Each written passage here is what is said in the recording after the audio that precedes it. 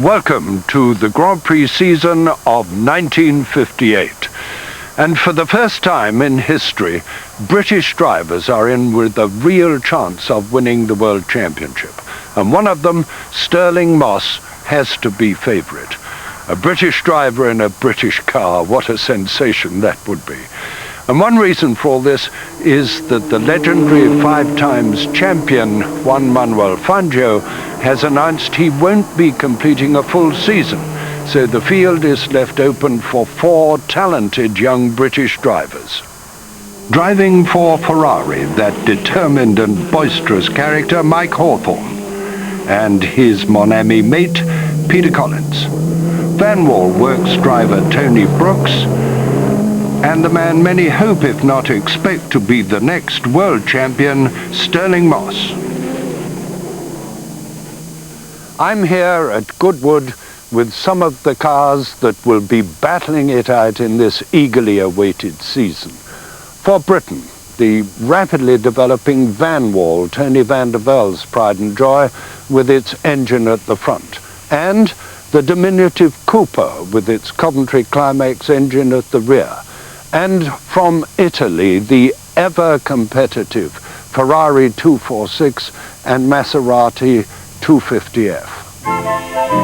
Their first test will be in the Argentine, a race not previously on the Grand Prix calendar.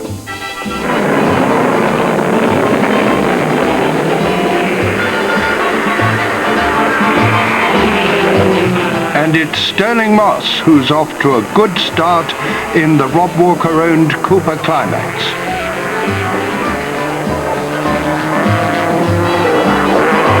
As the other cars peel off for tyre changes, Moss decides to do the race on just one set. He inherits the lead and nurses the Cooper, which is fast losing grip, to a memorable victory, winning the Argentine Grand Prix in the car's first outing.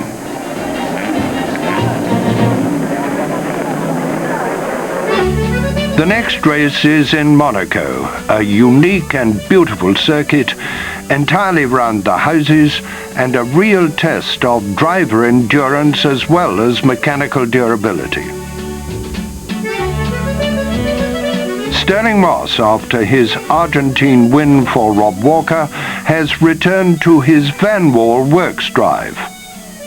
The nimble little Cooper, which ideally suits this twisty circuit, is in the hands of Frenchman Maurice Trintignant.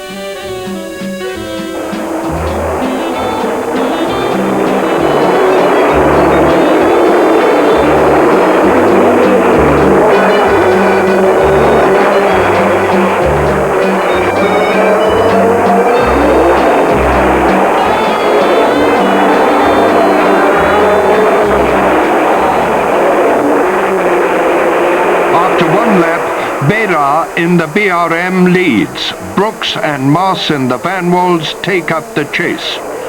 Mike Hawthorn, making steady progress from 7th in his Ferrari, is waved through by Moss. Pushing on, he presses Tony Brooks for 2nd place. The effort of holding him off seems too much for the Vanwall, and Hawthorn passes to chase the leader Beda. The relentless nature of the Monte Carlo street circuit begins to take its toll. Bera's BRM encounters brake trouble and within a lap retires. Hawthorn takes the lead, but Stirling is chasing hard and Mike waves him through.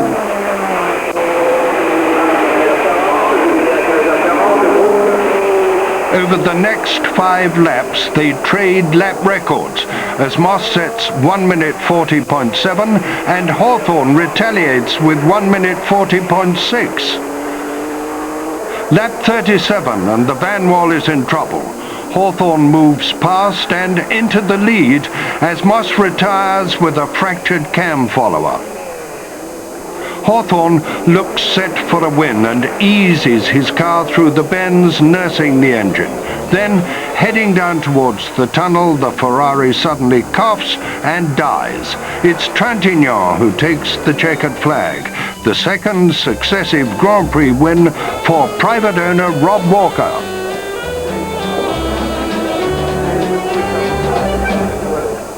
The Cooper Climax has won both races this season, but it won't find it as easy over the long, fast corners of Zandvoort in Holland.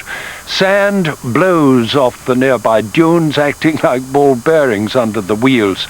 You need to be able to drift the car and have an instant twitch against breakaway if you want to triumph here. And British cars are well to the fore from the start. 3 Van Walls and 2 BRMs being first away from the grid. Moss takes the lead, number 1 Van Wall, with Lewis Evans, number 3 Van Wall, and Harry Schell, number 15 BRM, close behind. Just watch Moss's beautiful control as he takes a double bend.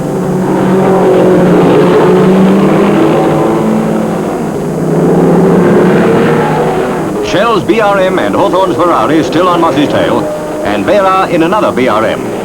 Every one of the leaders is either a British car or a British driver or both. Here's Hawthorn passing the pits, and up front Sterling Moss is lapping the field. And the 80,000 crowd can hardly believe their eyes, for against the best the world can produce, the first 4 cars are all British. A Van Wall, 2 BRMs and a Cooper, with Sterling Moss's Van Wall first over the line. Moss is storming ahead in the championship, and if the Van Wall can maintain reliability, it has a good chance in the next race at Spa. And it's Moss who leads into the first corner. Charging hard on the first lap, Sterling misses a gear change from 4th to 5th and over revs. A valve touches and the Van Wall can but trickle forlornly back to the pit lane. Tony Brooks takes over the lead in the remaining Van Wall, but Peter Collins and Mike Hawthorn in the Ferraris are making the most of this fast open circuit to reel him in. Peter Collins' Ferrari is in trouble. A plume of blue smoke spells a blown engine. By now, Tony Brooks has a 40-second lead. Hawthorn passes Collins to take up the chase. Of the 19 cars that started, few are left. As Brooks heads for the winning line, Hawthorn puts in one last effort to get fastest lap and win an extra valuable championship point. Brooks wins, and as Hawthorn crosses the line, his engine goes bang in a big way. But the fastest lap and second place are in the bag. 7 points then for Mike, a rare mistake from Moss costing him the race. And as Sterling's score grinds to a halt, Mike Hawthorn goes from strength to strength, taking pole position and then storming on to win the French Grand Prix at Reims. Hawthorn and Moss now head the World Championship with 23 points apiece. But the pit lane celebrations are muted because Luigi Musso, the charismatic Ferrari driver, was killed during the race. And in a shock move, Fangio has just announced his retirement from motor racing. His honourable decision means the sport has lost its best ambassador and greatest exponent.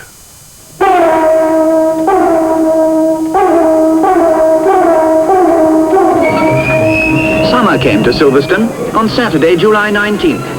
For the 1958 British Grand Prix, 6th race of the 10 events counting for the World Championship.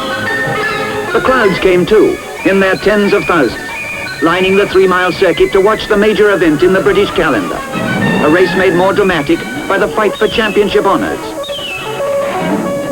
One by one, the cars assemble on the grid.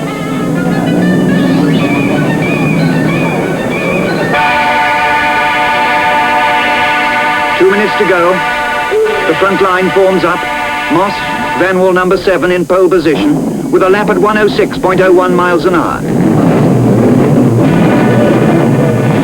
1 minute to go. Of all minutes in motor racing, the most unforgettable. All round the circuit, the crowd is stilled and waiting. At Copse, Maggots, Beckett's, at Stowe, at Club. But the longest wait by far is for the drivers.